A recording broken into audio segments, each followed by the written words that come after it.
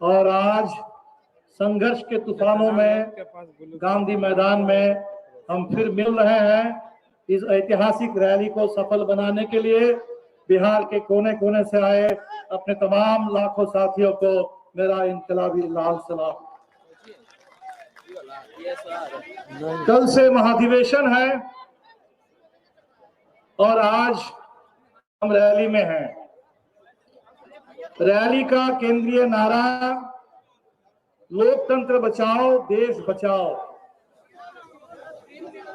हमारे पत्रकार मित्र पूछ रहे थे कि भाई रैली से क्या संदेश देना है। हमने कहा कि रैली का संदेश पहुंच चुका है।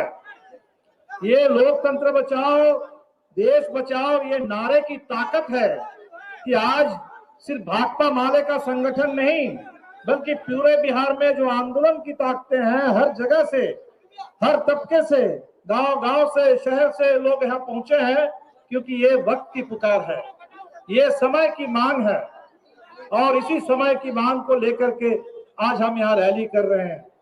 हमारे पत्रकारों ने पूछा कि आप शक्ति प्रदर्शन है, ये ताकत का प्रदर्शन है।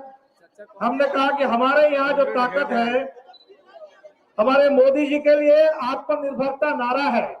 जब वो कहते हैं कि आत्मनिर्भर, उसका मतलब है अंबानी निर्भर और अदानी निर्भर। अगर वाकई गरीबों की ताकत देखनी हो, आत्मनिर्भरता देखनी हो तो माले की रैली में आकर के देखिए कि गरीब लोग किस तरह से अपने साधन पर, पार्टी का कोई अपना साधन नहीं है, पार्टी के पास कोई ऐसी स्थिति नहीं है कि हम लोगों को लाने के लिए बहुत बड़ी तैयारी करें, लेकिन अपनी चेतना, अपने तैयारी के बल पर, अपने संगठन, अपने आंदोलन के बल पर लोग यहाँ पहुंचे हैं। तो इस इनकलाबी चेतना को, लोगों के इस राजनीतिक चेतना को, समझदारी को मैं फिर एक बार लाल सलाम करता हूं। साथियों, आज जो हमने नारा दिया, देश संकट में है, और ये कहने की जरूरत नहीं है। संकट चौतरफा है, संकट चौतरफा है और संकट ने एक तरह से पूरे देश को घेर लिया है। हर मोर्चे पर संकट है और अपनी आवाज हम उठा सके, इसके लिए गरीबों को लोकतंत्र चाहिए हर मुद्दे पर। अगर आपका मुद्दा रोजगार हो, आपका सवाल ये हो कि भाई हमारा मकान जो तोड़ दिया गया बुलडोजर से, वो मकान फिर से बने। अगर आपका सवाल ये हो कि हम जो मिड डे मील में काम करते हैं, हमें स्कीम वर्कर का दर्जा मिले, हमारा वेतन में बढ़े। अगर आपका मुद्दा है कि हमें मनरेगा में जो काम करते हैं उसकी मजदूरी बढ़े और समय पर मिले। अगर आप किसान हैं, आपका मुद्दा है कि हमें समय पर खाद मिले, उस पर कालाबाजारी ना हो, उसकी एमएसपी की गारंटी हो, खेत में पानी हो। मुद्दा कुछ भी हो सकता है। जितने भी हमारी जिंदगी के मुद्दे हैं, रोजी रोटी के, मान सम्मान के, हक अधिकार के, इन सारे मुद्दों को लड़ने के लिए हमें लोकतंत्र चाहिए। और इसीलिए लोकतंत्र है पासपोर्ट। ये लोकतंत्र रहेगा तब हम लड़ पाएंगे, अपने सवालों को लेकर के अपनी आवाज उठा पाएंगे। और इसीलिए सबसे ज्यादा गरीबों को समूचे लोकतंत्र के लिए, सिर्फ अपने लिए नहीं, सबके लोकतंत्र के लिए हमें लड़ना है और इस संकल्प के लिए हम यहाँ आए हैं। आज क्या स्थिति बना दिया है मोदी जी ने। मोदी जी कहते हैं अभी आजादी के 75 साल पूरे हुए तो उन्होंने कहा कि अमृत महोत्सव। अब कह रहे हैं कि अभी से लेकर 2047 तक अमृत काल में वो कह रहे हैं लोगों से कि भाई आप अधिकार की बात मत करो, बहुत अधिकार की बात हो गई, अब कर्तव्य की बात करो, कर्तव्य करो। और इसीलिए ये जो अमृत काल है, ये कर्तव्य काल है। जब लोग अपना हक मांगते हैं तो कहते हैं कि हम रेवड़ी बांटने के लिए तो नहीं है। लेकिन जब अदानी के सवाल पर संविधान संसद में बहस हो रही थी, लोग ये कह रहे थे कि भाई सरकार क्यों भाग रही है, सरकार क्यों जांच नहीं करा रही है, सच्चाई से क्यों सरकार मुंह चुरा रही है। तो उस समय मोदी जी कह रहे थे कि भाई हमने तो गैस दे दिया, हमने तो राशन दे दिया, हमने तो ये सब दे दिया, वो दे दिया, इतने स्मार्ट सिटी का ऐलान कर दिया, तो इसीलिए मुंह बंद करके रखो। तो वो समझते हैं कि हम भीख मांग रहे हैं। और अगर कोई राशन मिला, किसी को वैक्सीन मिला, किसी को थोड़ा रोजगार मिला, किसी के खाते में थोड़ा पैसा चला गया, तो लोग चुप होकर के रहेंगे, तमाम बातें मान लेंगे, सरकार कुछ भी करते रहे उसका साथ खून माफ। ये आजादी नहीं है, ये लोकतंत्र नहीं है। लोकतंत्र के आजादी के आंदोलन में लोगों ने कहा था कि हम आधी रोटी खा करके भी रहेंगे, लेकिन हमें पूरा सम्मान चाहिए, पूरी आजादी चाहिए, पूरा अधिकार चाहिए। इसलिए कोई अगर ये कहने की हिम्मत करे इस देश में किसी राजा की तरह कि तुम खा रहे हो, तुम तो अब राशन दे रहे हैं, इसलिए शुक्रिया अदा करो, राजा का नाम कीर्तन करो, राजा के लिए ताली बजाओ, तो ये राजशाही हिंदुस्तान में चलने वाली नहीं है। ये लोकशाही है और लोकशाही रहेगी और लोगों का पूरा अधिकार हम ले करके रहेंगे। अभी हमने देखा बीबीसी में एक फिल्म आई गुजरात को लेकर के, और बाद में भी मोदी जमाने में, मोदी सरकार में देश की जो स्थिति है इसको लेकर मोदी जी को बड़ा गुस्सा, भारतीय जनता पार्टी वाले को, आरएसएस वालों बड़ा गुस्सा है कि भाई गुजरात की बात अब क्यों होगी, 20 साल पुरानी बात है, बात खत्म हो गई है, तो गुजरात की बात क्यों होगी। गुजरात की बात होगी तब तक होती रहेगी जब तक हिंदुस्तान में हमें पूरा का पूरा इंसाफ ना मिले, जब तक ये जनसंहार करने वाली, बलात्कार करने वाली ताकतों को हम गद्दी से बाहर ना कर दे, समाज में कमजोर ना कर दे, तब तक गुजरात की बात होती रहेगी। क्योंकि हमें गुजरात से संकल्प लेना है कि दोबारा हिंदुस्तान में कहीं गुजरात होने नहीं देना है। और आज ये ऐलान कर रहे हैं मंचों से, धर्म के नाम पर संसद बुलाते हैं और धर्म संसद बुला करके वहां आकर के ऐलान करते हैं कि जनसंहार कर दो। गुजरात में चुनाव में जाते हैं और चुनाव में जाकर के अमित शाह कहते हैं कि हमने जनसंहार करके सबक सिखा दिया। तो आप जो लोगों को डराने की कोशिश कर रहे हो, आपके लिए वो बिल्किस बानो के बलात्कारी, उनके परिवार का हत्यारा आपके लिए नायक हो सकते हैं, वो आपके नेता हो सकते हैं। आप उनको आजादी के 75 साल के मौके पर जेल से छुड़ा करके उनको बाहर ला करके मालदा नहीं है। वो कह रहे कि महंगाई तो अब है, महंगाई चलती रहेगी, बेरोजगारी है, चलती रहेगी। मुद्दा क्या है? नफरत। मुद्दा है नफरत, ताकि लोगों को बांटो, लोगों को बांटो, धर्म के आधार पर, भाषा के आधार पर लोगों को बांटो और बांट करके राज करो। ये बांटो, फूट डालो और राज करो, ये किसकी पॉलिसी थी? ये अंग्रेजों की नीति थी। अंग्रेज राज करते थे इसी तरह, हिंदुस्तान को बांट करके, हिंदू और मुस्लिम में बांट करके, और अंततः जब देश छोड़ के गए तो देश को बांट करके चले गए। तो ये बांटो और राज करो, नफरत फैलाओ और राज करो, ये लाठी गोली चलाओ और राज करो, जनसंहार करो और राज करो, ये अंग्रेजों का राज करने का तरीका था। और आज उसी रास्ते पर हमारे देश में भारतीय जनता पार्टी की सरकार चल रही है। हमें याद आता है भगत सिंह ने बहुत जबरदस्त बात कही थी आजादी के आंदोलन के दौर में। उन्होंने कहा कि आजादी का मतलब ये नहीं है कि गोरे अंग्रेज चले जाएंगे और उनकी जगह पर कोई भूरे अंग्रेज आ जाए।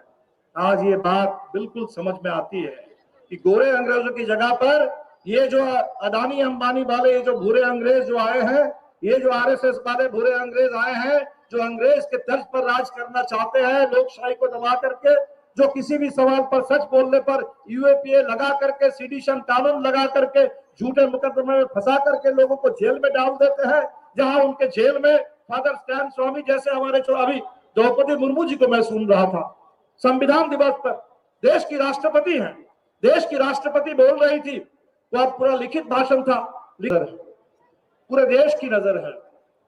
2019 में चुनाव परिणाम देखिए, पूरे बिहार में 40 में एक किशनगंज की सीट छोड़ करके तमाम सीटें, उस समय नीतीश जी भारतीय जनता पार्टी के साथ थे, वो एनडीए गठबंधन को 40 में एक छोड़ करके सभी सीटें मिल गई। हम सारे लोग चिंतित हुए, पूरे देश में चिंता की लकीरें बढ़ गई कि भाई बिहार वो प्रदेश है जहां 1974 का आंदोलन हुआ था। 74 का आंदोलन ने इस देश को आपातकाल से 77 में जो छुटकारा मिला, उसके पीछे 74 का आंदोलन का बड़ा योगदान था।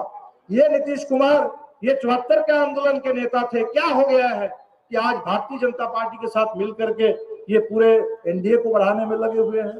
आज 2020 का विधानसभा चुनाव, उस चुनाव में नजारा काफी बदला, नजारा काफी बदला, महागठबंधन का स्वरूप बदला, भाकपा माले की सीटें बढ़ी, 1 दर्जन विधायक हमारे पहुंचे और 1 दर्जन जब नौजवान नेता हमारे पहुंचे विधानसभा के अंदर, तो बिहार से लेकर के पूरे देश में लोगों को लगा कि ये संघर्ष की जीत है, संघर्ष की आवाज गूंज रही है, ये हिंदुस्तान के लिए, लोकतंत्र के लिए अच्छी बात है।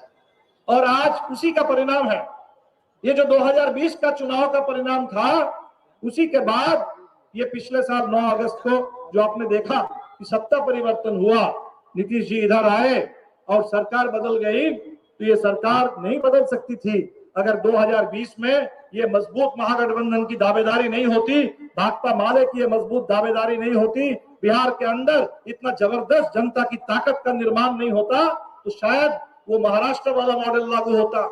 महाराष्ट्र वाला मॉडल खरीद करके सरकार को चुरा लो, भारतीय जनता पार्टी वाले शायद अब तक अपने किसी मुख्यमंत्री को थोप दिए रहते बिहार के ऊपर।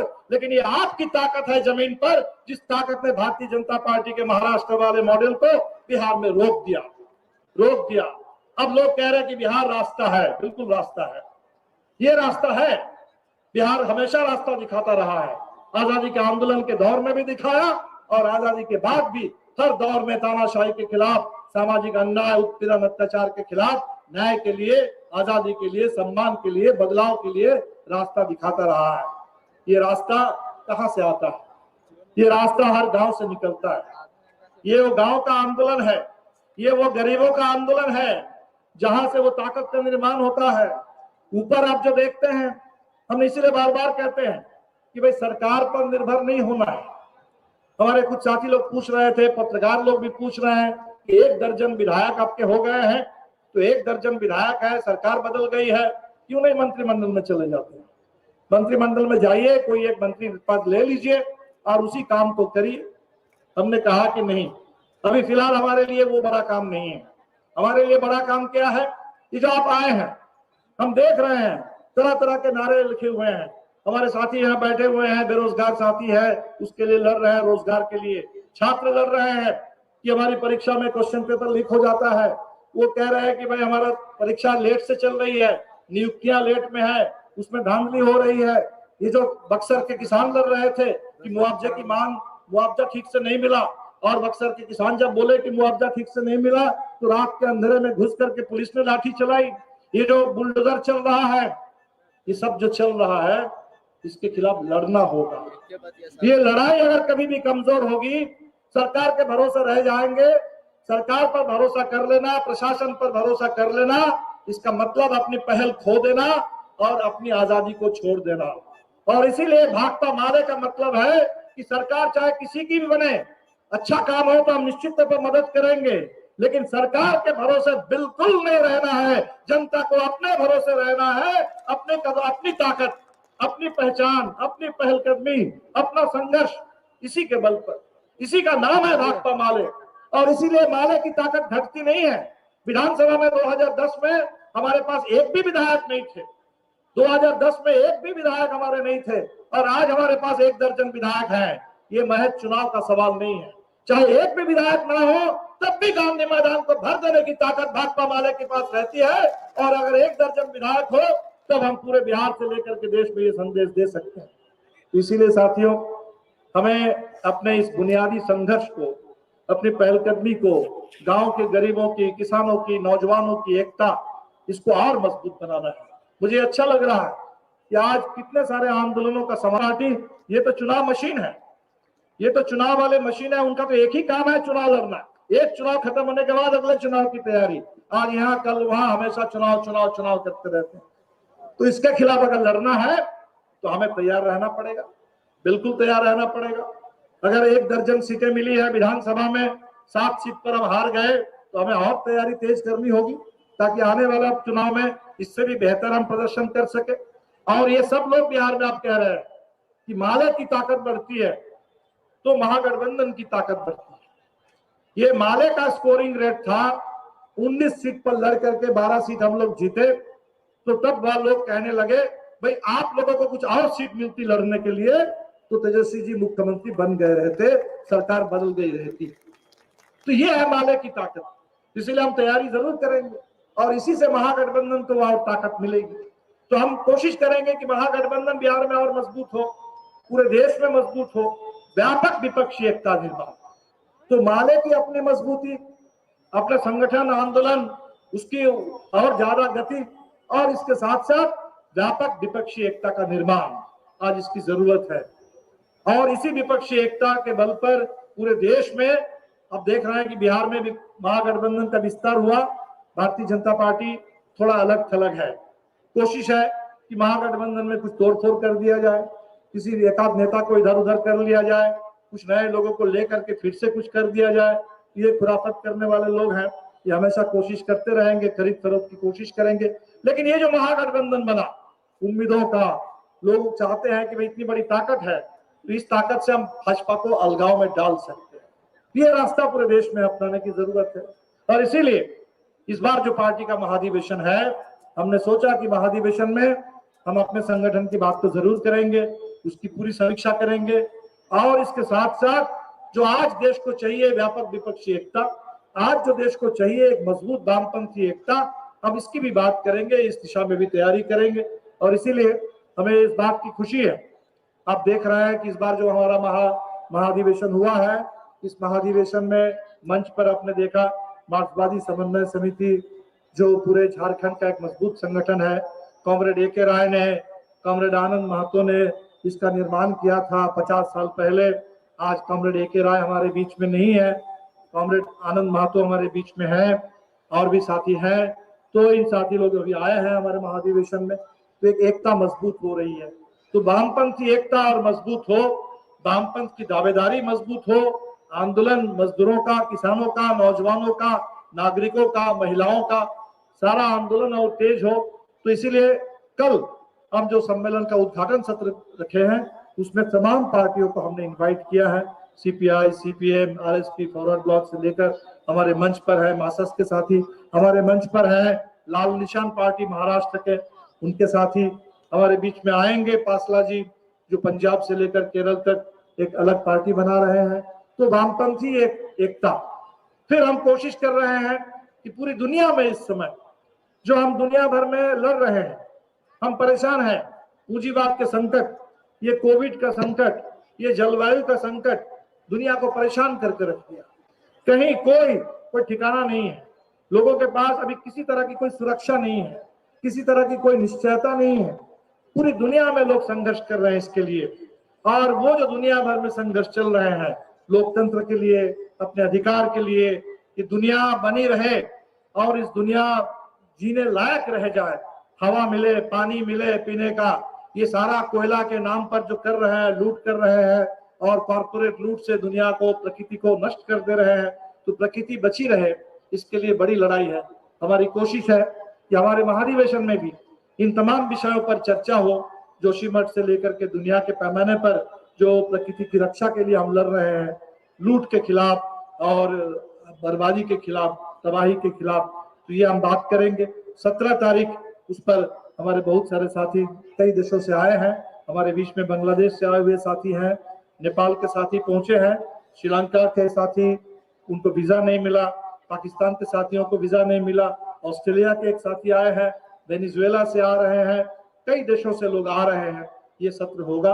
और 18 तारीख को जो लोकतंत्र बचाओ कन्वेंशन है, इसमें हमने और सारे नेताओं को, नीतीश जी भी आएंगे, तेजस्वी जी आएंगे, उसमें जीतन राम मांझी जी को भी आना है, सलमान खुर्शीद साहब को भी आना है, हेमंत सोरेन जी को भी आना है, तमिलनाडु के नेता को भी आना है।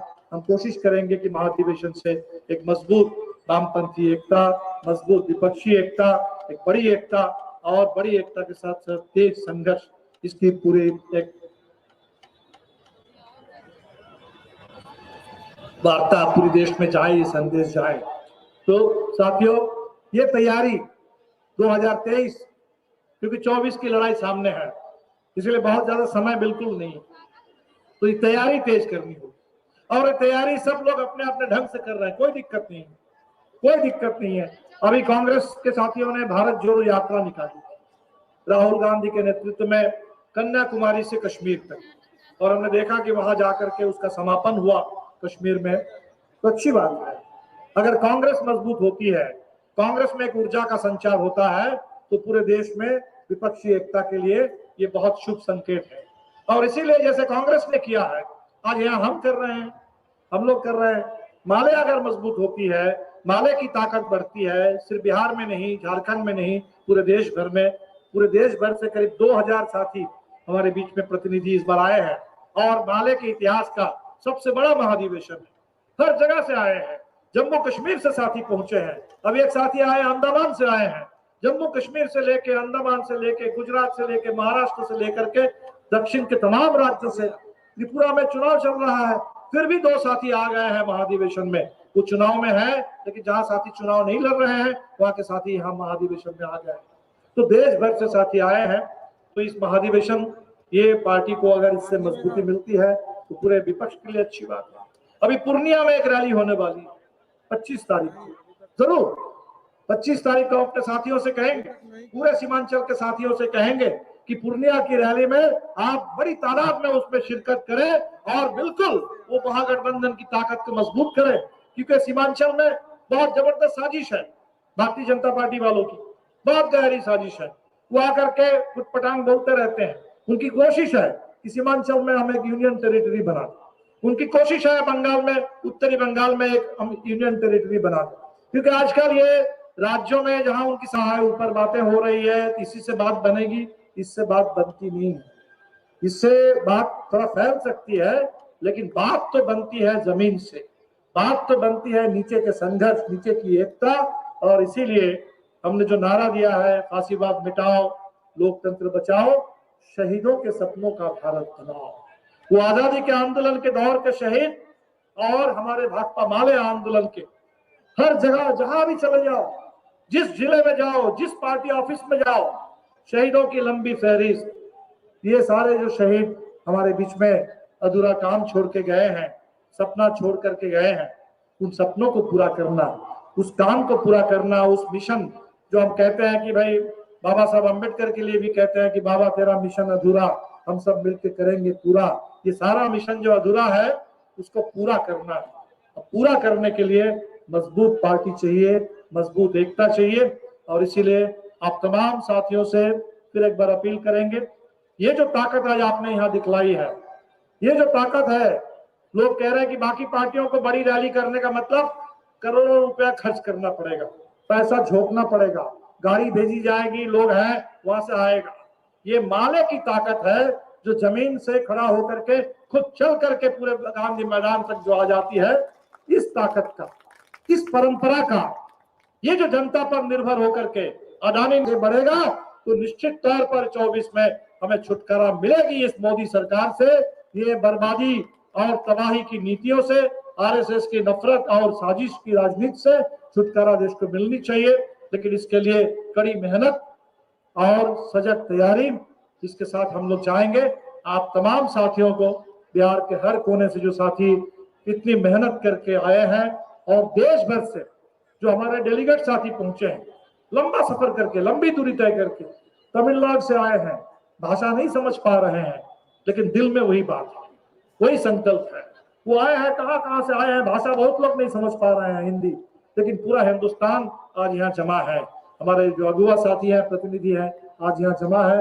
हमारे बीच में हमारे बांग्लादेश के साथी है, नेपाल के साथी है, और इन तमाम साथियों को भी हम भरोसा दिलाना चाहेंगे कि ये भारत सरकार, अभी तो अदानी अंबानी की सरकार चल रही थी, अदानी की सरकार थी तो मोदी जी बांग्लादेश जाते हैं और अदानी को ठेका दिलवाते हैं।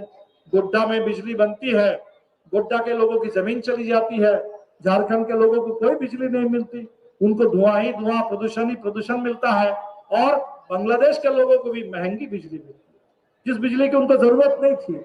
तो बांग्लादेश को महंगी बिजली, झारखंड के लोगों को धुआं और उनके किसानों की पूरी जमीन छीन करके, ये जो अदानी वाला मॉडल है और अदानी अंबानी वाला रास्ता है, हिंदुस्तान जब बदलेगा तो निश्चित तौर पर पूरी दक्षिण एशिया में एक बराबरी, सबके बीच में भाईचारा, बांग्लादेश, नेपाल, तमाम देश, उन देशों के भी हितों का पूरा ख्याल, क्योंकि हम सब लोग, हमारा इतिहास एक है पुराना, हमारा संस्कृति भी हमारी एक है, हमारे देशों में करीब करीब स्थितियां भी एक जैसी है, इसीलिए हमारा फ्यूचर एक है और एक साथ मिलकर के हम लोग लड़ेंगे। इसी के साथ हम तमाम साथियों को जो हमारे बीच में आए हैं, अपने प्रतिनिधि साथी, अपने अतिथि साथी, और इस रैली में शिरकत करने के लिए ये जो लाल लाल कर दिया है अपने पटना को, ये जो लाल नजारा आपने पेश कर दिया है इस गांधी मैदान में, बिहार के तमाम साथियों को लाखों लाख लाल सलाम। इनकलाब जिंदाबाद, भाकपा माले जिंदाबाद, रामपंथी एकता जिंदाबाद, महागठबंधन जिंदाबाद।